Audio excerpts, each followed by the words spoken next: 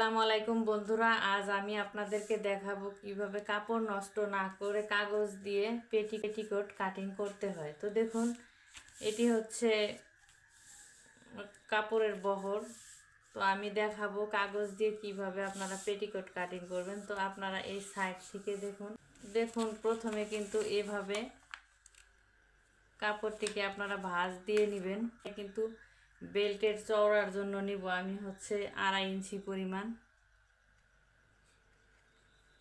বেল্টের চওড়াটি আগে কেটে নিব। তো দেখুন এভাবে আমি ভাঁজ দিয়ে নিব। তো ভাঁজ দিয়েছি যেহেতু এখানে কিন্তু 5 ইঞ্চি পরিমাণ হয়েছে। তো প্রথমে আমি এই বেল্টের চওড়াটি কেটে নিব।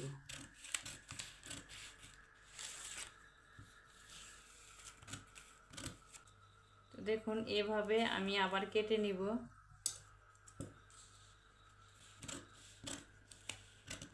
দেখুন এইভাবে আমি আরেকটি ভাঁজ দিয়ে নিব।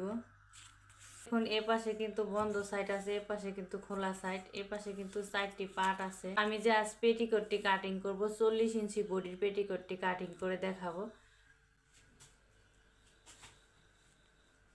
তো দেখুন এখানে কিন্তু আমি 40 ইঞ্চিকে 8 ভাগের 1 ভাগ হচ্ছে 5 ইঞ্চি পরিমাণ। তো আমি 5 ইঞ্চিতে একটি দাগ দিয়ে নিব। তো হাফ ইঞ্চি আমাদের সেলাইয়ের জন্য বেশি নিতে হবে। তো 5.5 ইঞ্চিতে আমি এভাবে একটি দাগ দিয়ে নিব। দেখুন পেটিকোটের কিন্তু 6টি কলি বের হবে। তো এই পাশে যে আমার বন্ধ সাইডটা আছে এই পাশে কিন্তু 2টি কলি বের হবে, আর এই পাশে যে খোলা সাইড আছে এই পাশে কিন্তু 4টি পার্ট বের হবে। মোট 6টি কিন্তু কলি বের হবে। তো আমি এই পাশ থেকেও নিব 5.5 ইঞ্চি পরিমাণ। তো এই 5.5 ইঞ্চি আর এখান থেকে কিন্তু আমি এভাবে দাগটিকে মিলিয়ে দিব।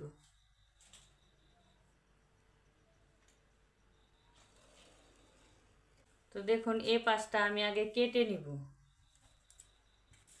যেহেতু এ পাশে আমার আটকানো সাইড, এই পাশটা আমি আগে কেটে নিব।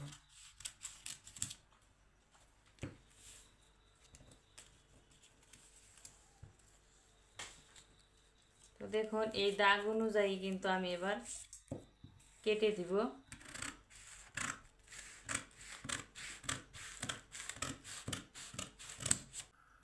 বেল্টের যে আমি চওড়াটি কাটবো 40 ইঞ্চির অর্ধেক কিন্তু আমাদের নিতে হবে।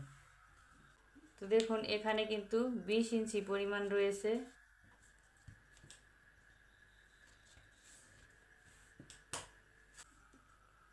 তো দেখুন বেল্টে কিন্তু জোড়া দিতে হবে। তো দেখুন খুব সহজে কিন্তু আমি একটি পেটিকোট কাটিং করে ফেলছি। তো ভিডিওটি ভালো লাগলে অবশ্যই আমাকে সাপোর্ট করবেন।